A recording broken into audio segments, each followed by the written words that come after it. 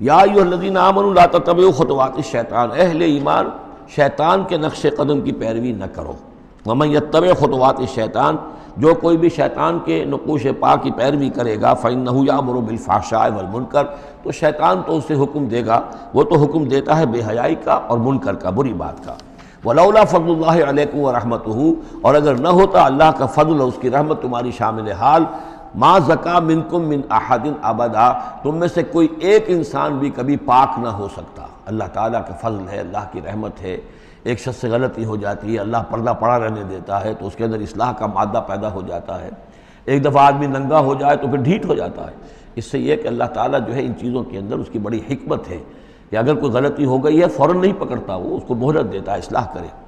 ولولا فضل اللہ علیکم ورحمتہ، اگر نہ ہوتا اللہ کا فضل تم پر اور اس کی رحمت، ما زکا منکم من احد ابدا، تم میں سے کوئی بھی کبھی نیک اور پارسا نہ بن سکتا اور پاک نہ ہو سکتا۔ ولکن اللہ یزکی من یشاء، بلکہ یہ تو اللہ تعالیٰ ہی پاک کرتا ہے جس کو چاہتا ہے۔ واللہ سمیع علیم، اللہ سمیع علیم ہے۔ ولا یأتل اولو الفضل منکم والسعة ان یؤتوا اولی القربى والمساکین والمہاجرین فی سبیل اللہ۔ اس آیت کی بھی شان نزول ہے کہ حضرت ابو بکر صدیق رضی اللہ تعالیٰ عنہ کے ایک یا تو بھانجے تھے یا خالہ زاد بھائی تھے، حضرت مصطح۔ یہ حضرت مصطح جو ہے غریب آدمی تھے اور حضرت ابو بکر ان کی مدد کیا کرتے تھے، پیسے سے، مال سے ان کی ضرورت جو ہے پوری کرتے تھے۔ لیکن یہ مصطح بھی اس میں شریک ہو گئے۔ حضرت عائشہ صدیقہ رضی اللہ تعالیٰ عنہ پر جو تہمت کا معاملہ چلا تو حضرت ابو بکر کو جب معلوم ہوا کہ مصطح بھی اس معاملے کے اندر شریک ہے تو پھر غصے میں آ کر ان کا قسم کھا لی کہ میں اب اس کے ساتھ کبھی کوئی بھلائی نہیں کروں گا، اس نے اتنی بڑی غلطی کی ہے اور اس معاملے کے اندر میری بیٹی کا معاملہ ہے اور اس میں اس کو یہ خیال نہیں آیا کہ میں اس کے ساتھ کتنا کچھ احسان کرتا ہوں، اور اس نے اس کے اندر جو ہے وہ خود بھی شریک ہو گیا۔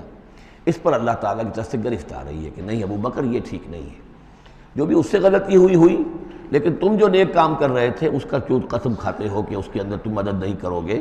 ولا یأتل اولو الفضل منکم، اور نہ قسم کھائیں جو فضل والے ہیں، درجے والے ہیں تم میں سے، جن میں اللہ نے فضیلت دی ہے، نیکی میں بھی، ایمان میں بھی فضیلت دی ہے، دولت میں بھی فضیلت دی ہے، وسعت، اور جنہیں کشادگی دی ہے، مال کی کشادگی دی ہے، ان یؤتوا اولی القربی، کہ وہ کوئی صلہ رحمی کریں اپنے قرابت داروں کے ساتھ، کچھ دیں مال اور صدقہ و خیرات دیں اپنے قرابت داروں کو، والمساکین والمہاجرین، اور محتاجوں کو اور وطن چھوڑنے والے مہاجرین کو، فی سبیل اللہ، اللہ کی راہ میں۔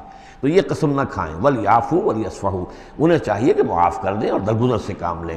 الا تحبون ان یغفر اللہ لکم، کیا تم یہ نہیں چاہتے کہ اللہ تمہیں معاف کرے؟ یعنی اے ابو بکر اگر تم یہ چاہتے ہو، تم سے بھی تو کوئی خطا آخر ہو جاتی ہے، اللہ معاف فرماتا ہے، کیا تم نہیں چاہتے کہ اللہ تمہاری خطاؤں سے درگزر کرے؟ الا تحبون ان یغفر اللہ لکم، کیا تم نہیں پسند کرتے اس کو کہ اللہ تمہیں معاف کرے؟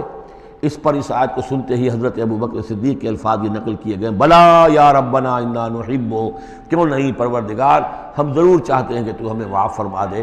انہوں نے اپنی قسم کا کفارہ دیا اور اس کے بعد جو بھی وہ کرتے تھے ان کے ساتھ بھلائی اور نیکی، اس سلسلے کو جاری کر دیا۔